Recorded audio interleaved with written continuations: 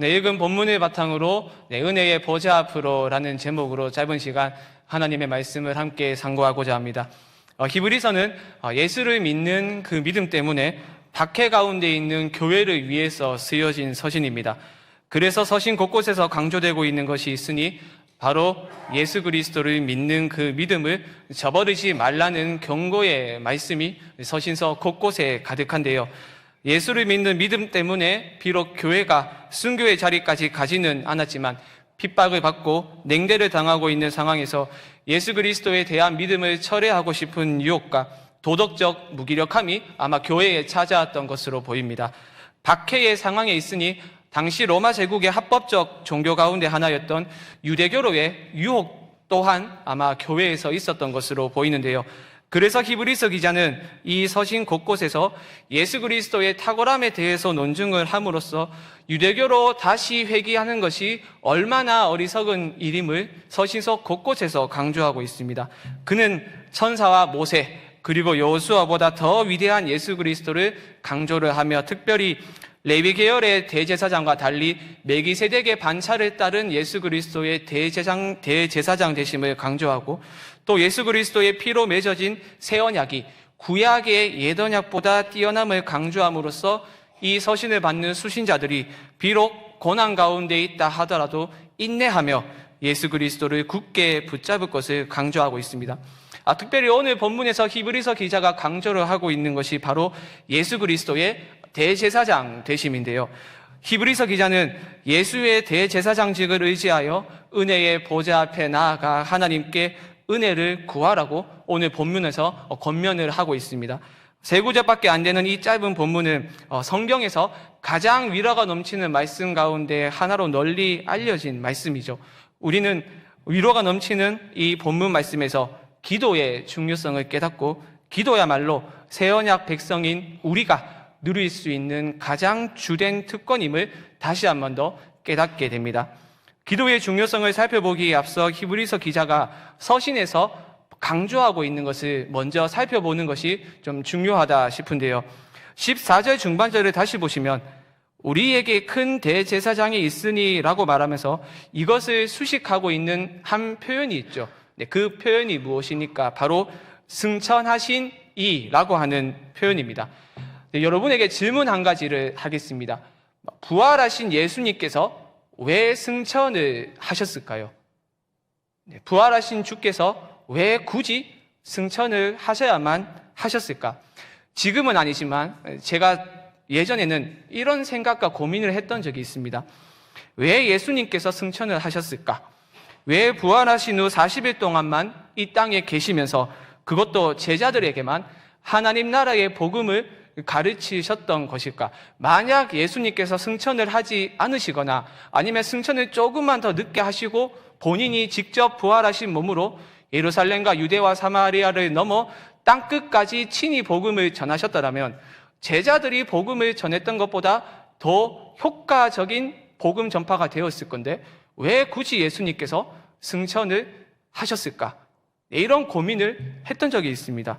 여러분들은 그런 고민을 하셨는지는 모르겠지만 주님이 왜 꼭 승천하셔야만 했는지에 대한 질문에는 많은 답변들을 할 수 있겠죠. 히브리서 기자는 특별히 주님의 승천을 구약의 속죄 제사와 연결해서 설명한다는 것이 다른 성경과 비교했을 때에 매우 독특한 점이라고 할 수 있습니다.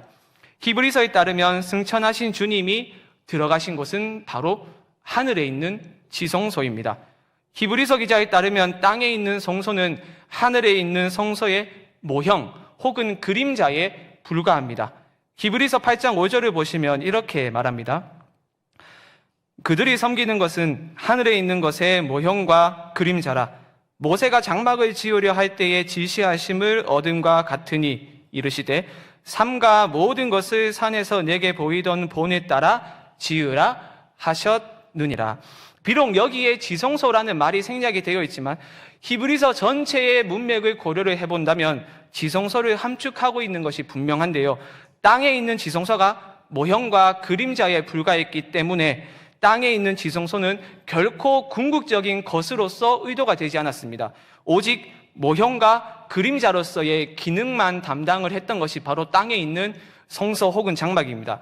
모형과 그림자의 기능을 한다는 것은 곧 그것이 가리키고 지시하는 실체와 원형이 있다는 것을 의미를 하겠죠. 이는 곧 모형과 그림자가 가리키고 있는 실체가 오게 되면 그것의 기능과 효력을 상실하게 되어버려서 아무런 의미가 없게 됨을 의미합니다. 즉 땅에 있는 장막, 땅에 있던 성소는 예언약 아래에서만 효력을 갖도록 의도가 되었었고, 실체가 오기 전까지 그 기간까지만 구원 역사에서 자리매김을 할 수 있도록 의도가 되었습니다. 바로 예수께서 부활하신 후 승천하시기까지 말입니다.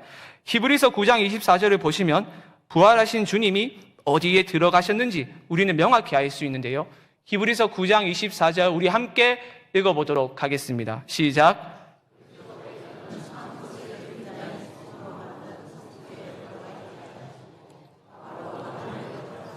이제 우리를 위하여 하나님 앞에 나타나시고, 여기서 성소는 지성소로 들어가기 전에 있던 장소인 성소 또는 내성소가 아니라 하나님이 임재하시겠다고 약속을 하셨던 지극히 거룩한 곳, 바로 지성소를 가리킵니다. 성경을 잘 알고 있는 여러분이라면 이제 대충 감이 오실 것이라고 생각이 되는데요. 구약 성경에서 어떤 한 이미지가 여러분의 머릿속에 떠오르지 않습니까?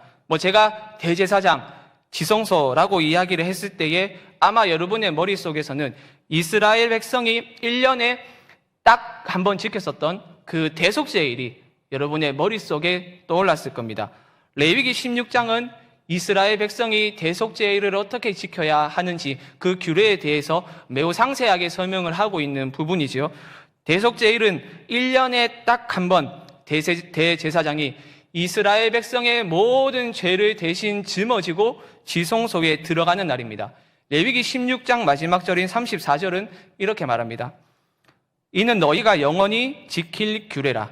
이스라엘 자손의 모든 죄를 위하여 1년에 한 번 속죄할 것이니라. 아론이 여호와께서 모세에게 명령하신 대로 행하니라.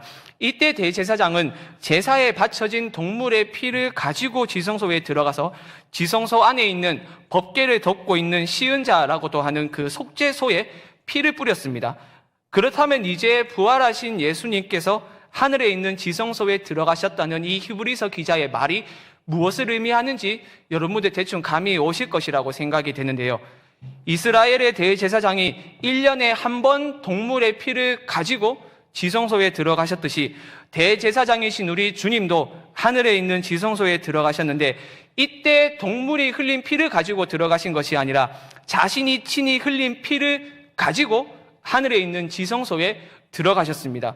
부활하신 주님은 대제사장님과 동시에 자신이 친히 제물이 되어 하늘에 있는 지성소에 들어가셔서 모든 속죄 제사를 완성하셨습니다. 제가 완성이라는 단어를 사용을 했는데 이 완성이라는 의미가 히브리서에서 매우 중요합니다. 완성이라는 단어를 사용을 했지만 성취라는 단어를 사용해도 전혀 손색이 없겠는데요.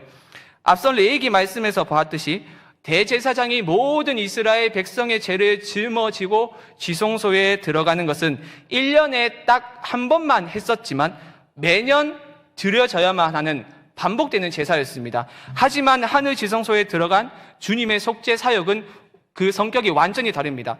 동물의 피를 가지고 들어가시지 않았고 모형과 그림자에 불과했었던 땅에 있는 지성소에 들어가신 것 또한 아닙니다.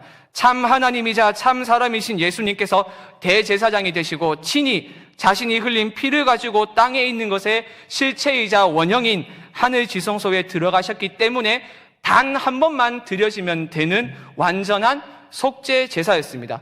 그래서 히브리서 기자가 히브리서에서 자주 사용하는 한 단어가 있죠. 단번에라는 말을 히브리서 기자가 굉장히 많이 사용하는데요. 히브리서 7장 27절의 말씀 우리 함께 읽어보도록 하겠습니다. 시작.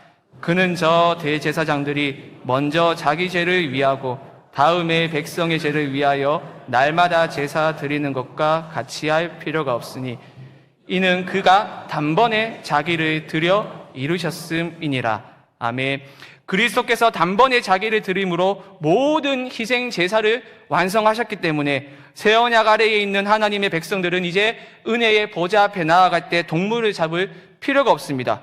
우리의 대제사장이신 예수 그리스도를 의지해서 언제든지 직접 은혜의 보좌 앞에 나아갈 수 있게 되었기 때문입니다. 본문 16절을 다시 보시죠. 그러므로 우리는 긍휼하심을 받고 때를 따라 돕는 은혜를 얻기 위하여 은혜의 보좌 앞에 담대히 나아갈 것이니라. 예언약의 경우 은혜의 보좌라고 하는 속죄소 또는 시은자가 있는 지성소에 들어갈 수 있는 사람은 오직 대제사장 한 사람뿐이었습니다. 대제사장이 아닌 사람이 들어가게 되면 어떻게 됩니까? 결국 죽습니다. 그래서 하나님이 임재하시겠다고 약속하신 장소는 긍휼과 자비의 장소임과 동시에 어떤 장소입니까? 두렵고 떨리는 장소였습니다. 하지만 이제 모든 상황이 바뀌었습니다. 누구든지 대제사장이신 예수를 의지하여 은혜의 보좌 앞에 담대히 나아갈 수 있게 되었습니다.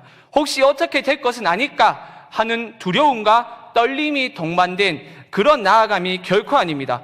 담대함과 기쁨으로 나아갈 수 있게 되었습니다. 우리말 성경은 담대히라고 번역을 하였지만 이 단어의 어원을 따져놓고 보면 말을 할 때에 망설이지 않고 툭 터놓고 말하는 태도를 의미를 하는데요. 이제 이 뜻이 발전을 해서 대담하고 확신에 찬 마음이나 자세, 하나님 앞에서의 확신과 기쁨에 찬 태도를 뜻하게 되었습니다. 그렇다면 여러분은 그리스도께서 단번에 드린 속죄 제사로 우리에게 주어진 이 놀라운 변화를 실감하고 계십니까? 아니, 여러분은 은혜의 보좌 앞에 나아가는 것, 곧 우리가 하나님의 임재 가운데로 나아가고 들어갈 수 있다는 것에 기뻐하십니까? 이것은 옛언약 아래에 있었던 백성이라면 상상도 하지 못했던 놀라운 변화입니다. 이것은 새언약 백성인 우리에게만 주어진 놀라운 특권입니다. 여러분, 고대 사회에서 신하가 왕 앞에 나아가는 것이 얼마나 복잡하고 제한적이고 특별하였습니까? 당장 우리가 구약 성경의 에스더서만 보더라도 어떻습니까? 페르시아 제국의 왕후였던 에스더도 왕 앞에 나아갈 때에 왕이 먼저 부르지 않았는데 만약 왕 앞에 나아간다면 어떻게 됩니까? 만약 왕이 금규를 내미지 않는다면 왕후라 하더라도 죽었습니다. 그래서 에스더가 금식하며 기도를 한 후에 내가 죽으면 죽으리이다 라는 필사의 각오를 한 후에 왕 앞에 나아갔었죠.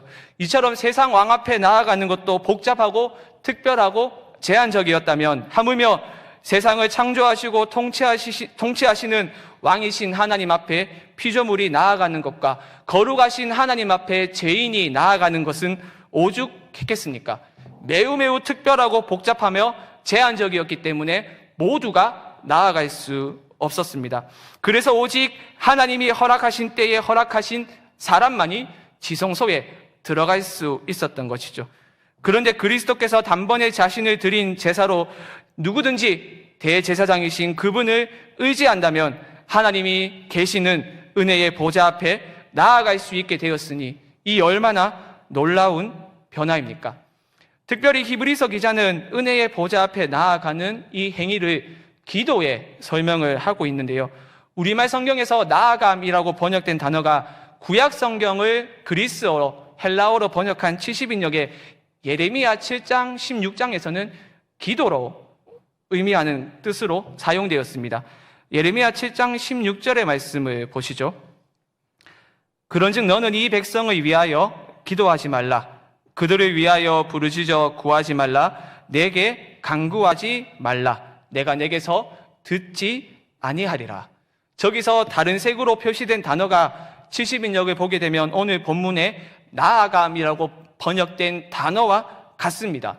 사랑하는 여러분, 그렇습니다. 기도는 옛언약 백성이라면 상상조차 할 수 없었던 이 놀라운 특권을 누리는 수단입니다. 우리는 기도에 대해서 정의를 할 때에 매우 다양하게 정의를 할 수 있겠죠. 기도는 신자의 호흡이며 하나님과 친밀한 교제를 나누는 시간 등으로 우리가 다양하게 기도를 정의를 할 수 있겠지만 이 다양한 정의 가운데서 오늘 히브리서 기자는 우리에게 말합니다. 기도는 우리가 하나님의 임재 가운데 나아가 때를 따라 돕는 은혜를 얻는 수단이다 라고 말입니다. 그렇기에 기도를 신앙의 주된 실천이라고 정의를 하였던 칼빈의 정의는 참으로 옳다라고 할 수 있겠는데요. 이제 그렇다면 여러분은 기도로서 하나님께 나아가는 것이 즐겁습니까? 매일의 삶에서 우리에게 주어진 이 놀라운 특권을 여러분들은 누리고 있습니까? 2021년이었던 것으로 기억을 합니다. 저희가 코로나19 사태 때문에 교회가 모이지 못하는 상황 속에서 2021년에 저희가 BBT 프로젝트를 했었었죠. 그 BBT 프로젝트 두 번째로 혹시 저희가 무엇을 했는지 여러분 기억을 하십니까? 아주 얇은 소책자 하나를 저희가 함께 읽었었습니다. 제목이 혹시 뭔지 기억하십니까? 네, 오늘 아침에 무엇을 먹었는지도 저희가 기억을 하지 못하는데 3년 전의 일을 저희가 어떻게 기억을 하겠습니까? 그 얇은 책의 제목이 바로 기도하는 즐거움이었습니다. 그 얇은 책에서 저자가 이런 말을 합니다. 어떤 의미에서 우리의 기도 생활은 기분 나쁠 정도로 모든 것을 드러낸다. 곧 우리의 기도 생활은 우리가 실제로 어떤 사람인지를 보여준다. 우리는 신앙에 관한 이야기와 이론을 통해 기도의 진리를 확증하면서 하나님의 선하심에 관한 지식을 제시할 수 있다. 하지만 우리의 기도 생활은 과연 우리가 정말로 하나님과의 교제를 갈망하고 있는지, 우리가 하나님을 정말로 의존하고 있는지를 드러내 보인다. 그러면서 이렇게 덧붙여 말합니다. 기도 생활을 보면 그 사람이 영적으로 얼마나 어린아이 같은지, 또는 얼마나 위선자인지, 또는 주님을 실제로 얼마나 사랑하고 있는지를 매우 정확하게 알 수 있다. 그러므로 스스로를 상당히 멋진 사람으로 여기는 경향이 있다면 자신의 기도 생활을 한번 점검해 보길 바란다. 저자가 책에서 이렇게 이야기를 합니다. 이 말을 오늘 문맥, 히브리서의 문맥으로 바꾸면 우리가 이렇게 이야기를 할 수 있겠죠. 한 사람의 신앙은 그 사람이 기도하는 시간을 어떻게 여기는지, 기도하는 시간을 기뻐하는지를 보면 그 사람의 신앙을 알 수 있다라고 말입니다. 그렇다면 여러분의 기도 생활은 어떻습니까? 기도하는 것이 즐겁습니까? 기도의 즐거움을 여러분들은 날마다 누리고 있습니까? 기도로서 은혜의 보좌 앞에 나아가는 것이 즐겁습니까? 우리가 잠시 후 부를 찬송가의 가사처럼 기도하는 그 시간이 여러분에게는 가장 즐겁고 귀한 시간입니까? 요즘 청년들과 제가 30통이라고 하는 책으로 좀 책 나눔을 함께 하고 있는데요. 그 책의 주제가 직장과 결혼에 대한 고민을 성경과 그리고 어느 목회자의 어떤 경험을 통해서 답을 해주는 그러한 책입니다. 이제 결혼에 대해서 주제를 나누는데 그 책에 이런 내용이 있었습니다. 사랑할 애인이 없든 있든 먼저 하나님과 열렬히 연애하십시오. 하나님보다 완벽하게 사랑을 가르쳐 줄 수 있는 개인과의 선생님은 없습니다. 라고 하는 매우 아름다운 고백에 청년들이 꽂혀가지고 한동안 진지하게 이야기를 나누었었는데요. 이제 그리고 평소에 신앙에 대해서 고민이 많았었던 한 청년이 이런 말을 했습니다. 하나님을 사랑하고 하나님과 친밀한 교제를 유지하며 하나님과 교제를 하기 위해서 예배의 자리에도 나아오고 매일 말씀을 읽고 묵상하며 무엇보다 기도하는 것이 참으로 중요하다는 것은 알고는 있는데 목사님 기도하는 것이 어렵습니다 라고 이야기를 했습니다. 왜 어렵냐고 이야기를 해보니까 기도를 어떻게 해야 하는지 또 내가 무엇을 두고 기도를 해야 하는지에 대한 고민이 아니었습니다. 자기에게 하나님은 사랑이 많고 자애로우셔서 자녀의 기도에 귀를 기울이는 그런 하나님의 이미지보다는 진노하시는 하나님의 이미지가 너무나도 강했기 때문에 기도하는 것이 어렵다는 그런 고민이었는데요. 물론 예언약 아래에 있었던 이스라엘 백성이라면 모르겠습니다. 이런 고민을 할 수는 있었겠죠. 거룩하신 하나님 앞에 죄인이 나아간다고 하는 것은 언제나 두렵고 떨리는 일이었습니다. 그래서 하나님의 영광에 압도되어서 죽는 경우가 허다하지 않았습니까? 하지만 새 언약 백성인 우리는 다릅니다. 히브리서 기자는 10장 19절에서 이렇게 이야기를 합니다. 그러므로 형제들아 우리가 예수의 피를 힘입어 성소에 들어갈 담력을 얻었나니 하나님은 죄인인 우리가 감당해야 할 모든 하나님의 진노와 저주를 당신의 아들이신 예수께 쏟아 부으셔서 은혜의 보좌 앞에 나아갈 길을 활짝 여셨습니다. 유일한 대제사장이요 중보자이신 예수 그리스도로 말미암아 은혜의 보좌 앞에 나아갈 길이 열렸으니 기도로서 그 은혜의 보좌 앞으로 나아갈 수 있게 되었습니다. 그래서 우리가 하나님께 기도하는 그 시간은 빨리 지나갔으면 좋겠다고 생각되는 곤욕의 시간이 아니라 하나님의 임재 가운데로 나아가는 기쁘고 즐거운 복된 시간입니다. 저는 요즘 조금 기도하는 시간이 조금씩 즐거워지기 시작했습니다. 물론 제가 그렇다고 해서 기도하는 그 시간을 드라마틱하게 매우 많이 갖는 것도 아니고요. 그리고 매일 새벽에 기도할 때마다 제가 집중해서 하나님께 기도하는 것 또한 아닙니다. 졸면서 그냥 기도하는 경우도 좀 많은데요. 한창 잠이 많을 꽃다운 시기를 제가 보내고 있지 않습니까? 이 신대원 기숙사에 있으면 새벽에 새벽기도 나가는 것이 의무적입니다. 만약에 새벽기도에 몇 회 이상 나가지 않으면 화장실 청소를 비롯한 불이익을 좀 당하게 되었는데요. 그때도 일찍 일어나는 것이 너무나도 힘들었기 때문에 차라리 내가 화장실 청소를 하고 말지라고 생각을 하며 새벽기도를 나가지 않고 잠을 더 청했더랬습니다. 그런데 문득 최근에 일찍 일어나서 짧은 시간이지만 말씀을 듣고 기도하면서 내가 하루를 살아갈 수 있는 힘과 죄와 싸워 이길 수 있는 은혜를 간구하고 교회와 성도들과 또 청년들을 위해서 또 저의 미래를 두고 기도하는 그 시간이 조금씩 즐겁다. 참 그 시간이 좋다라고 좀 생각되어지기 시작했습니다. 그러면서 드는 생각이 우리가 은혜의 보좌 앞에 나아가는 것에 횟수에 제한이 없다는 것이 참으로 감사하다라고 생각이 되어졌었는데요. 제가 이전에도 설교 때 여러분들에게 저의 기도를 주고 좀 기도해 주세요라고 제가 기도 부탁도 했었었고 또 저기 뒤에 비치되어 있는 월별 기도 제목에도 몇 년 전부터 항상 빠지지 않고 올라가는 게 저의 결혼을 대한 기도 제목이었습니다. 이런 말을 하는 게 조금은 조심스럽긴 한데 그런데 정작 제가 결혼을 두고 기도를 하지는 않았었습니다. 이전에는 외롭다는 감정이 내면에서 조금씩 올라오고 하면 그냥 옷을 갈아입고 물 한 통 생기고 신천에 나가가지고 10km 정도 땀 흘리면서 뛰거나 아니면 그냥 헬스장에 가가지고 제가 열심히 운동하고 펌핑이 된 저의 모습을 거울을 통해서 보면 거기에서 만족감을 얻었거든요. 이제 그런 생각이 들면 그냥 내가 하고 싶은 거 하면서 내 취미생활 하면서 혼자 사는 것도 이런 말 하면 그렇지만 나쁘지 않겠다라는 잘못된 생각이 든 적이 있었습니다. 이제 그러면 외롭다는 감정이 사라지게 되었었는데요. 그런데 올해부터는 상황이 조금 바뀌었습니다. 봄바람이 시원하게 불어오고 이제 벚꽃이 피니까 외롭다는 감정이 내면에서 조금 솟구치기 시작했었는데 운동을 해도 그 감정은 사라지지 않았습니다. 그래서 이제 자연스럽게 저의 기도 제목이 되었었는데요. 물론 기도를 한다고 해서 하나님이 당장 만날 만한 사람을 보내주시지는 않았습니다. 그러나 공허한 감정이 하나님으로 채워졌고 외롭다는 감정이 이내 사라졌었습니다. 하지만 하나님으로 채워진 내면은 돌아서면 외롭다는 감정으로 다시 바뀌게 되었습니다.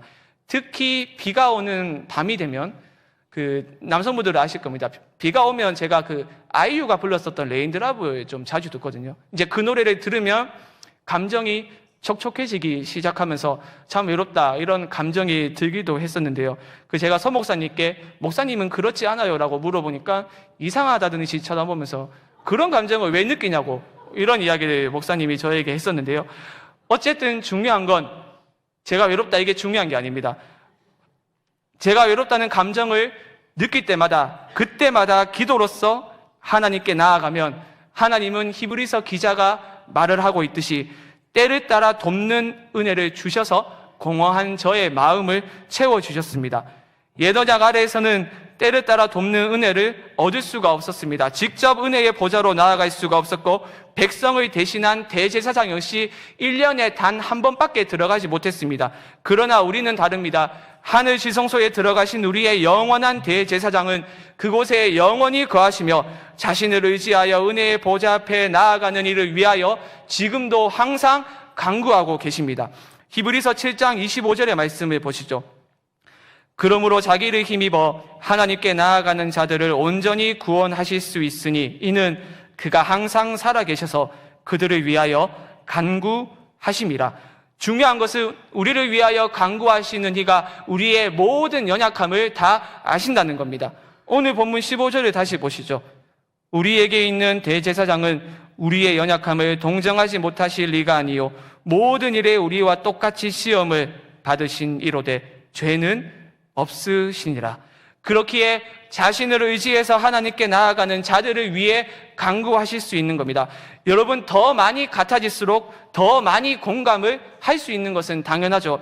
아직 결혼을 하지 못한 저로서는 부부가 겪는 고충, 육아의 어려움에 대해서 모릅니다. 모르기 때문에 저는 공감을 할 수 없습니다. 이성을 향한 애틋한 감정을 느낀 지 너무나도 오래되었기 때문에 청년들이 연애에 대해서 이야기를 한다 해도 저에게는 소기의 경익기 정도에 지나지 않습니다. 하지만 우리 주님을 생각해 보십시오. 이 땅에 계시면서 한 사람이 경험하는 모든 고통 그 이상을 경험하지 않았습니까? 굶주리셨고 피곤하셨고 주위에 떠셨고 육체적 고통도 겪으셨습니다. 외로우셨고 십자가 위에서 온갖 수치와 수모를 다 들으셨고 죽으셨습니다. 무덤에 장사되셨고 심지어 우리 사도신경에는 빠져있지만 지옥에까지 가셨습니다. 물론 여기에는 해석이 나뉘지만 종교개혁자 칼빈의 경우 이 지옥강화를 문자적으로 해석을 하지 않고 주께서 경험하신 모든 고난의 극치로 해석을 했습니다. 그러므로 여러분, 어찌할 바를 모르는 상황에 직면했을 때에, 고난에 직면했을 때에 하나님의 긍휼과 자비와 은혜가 필요하실 때에 모든 아픔과 슬픔과 고통을 겪으신 그리스도를 의지하여 은혜의 보좌 앞으로 나아가십시오. 꽃길만 걷는 우리의 신앙길이 아니지 않습니까? 남에게 말하지 못하는 기도의 제목 있고 어려움과 아픔과 슬픔이 우리에게 많이 있지 않습니까? 여러분에게 있는 그 기도의 제목이 무엇이든 어떤 아픔과 슬픔과 고통이 있든 그 모든 것을 가지고 우리의 연약함을 아시는 그리스도께 나아가십시오. 그분을 의지해서 은혜의 보좌 앞에 나아가십시오. 그리고 때를 따라 돕는 은혜를 구하십시오. 그러면 하나님께서 반드시 하늘의 문을 여시고 우리에게 크신 은혜를 부어주실 겁니다. 비록 그 은혜가 문제가 해결이 되는 그러한 은혜가 아니더라도 문제를 이길 수 있는 힘과 용기, 그리고 문제에 맞설 수 있는 담대함을 하나님께서 반드시 우리에게 허락하여 주실 줄 믿습니다. 바빠서 기도할 시간을 내기가 어렵습니까? 아니면 하나님 아버지와 교제하면서 시간을 보내고 싶은 마음이 없습니까? 아니면 하나님께서 내 기도를 듣지 않는다고 생각되십니까? 그렇다면 시인의 고백을 마음에 새기십시오. 시편 145편 14절에서 18절의 말씀입니다.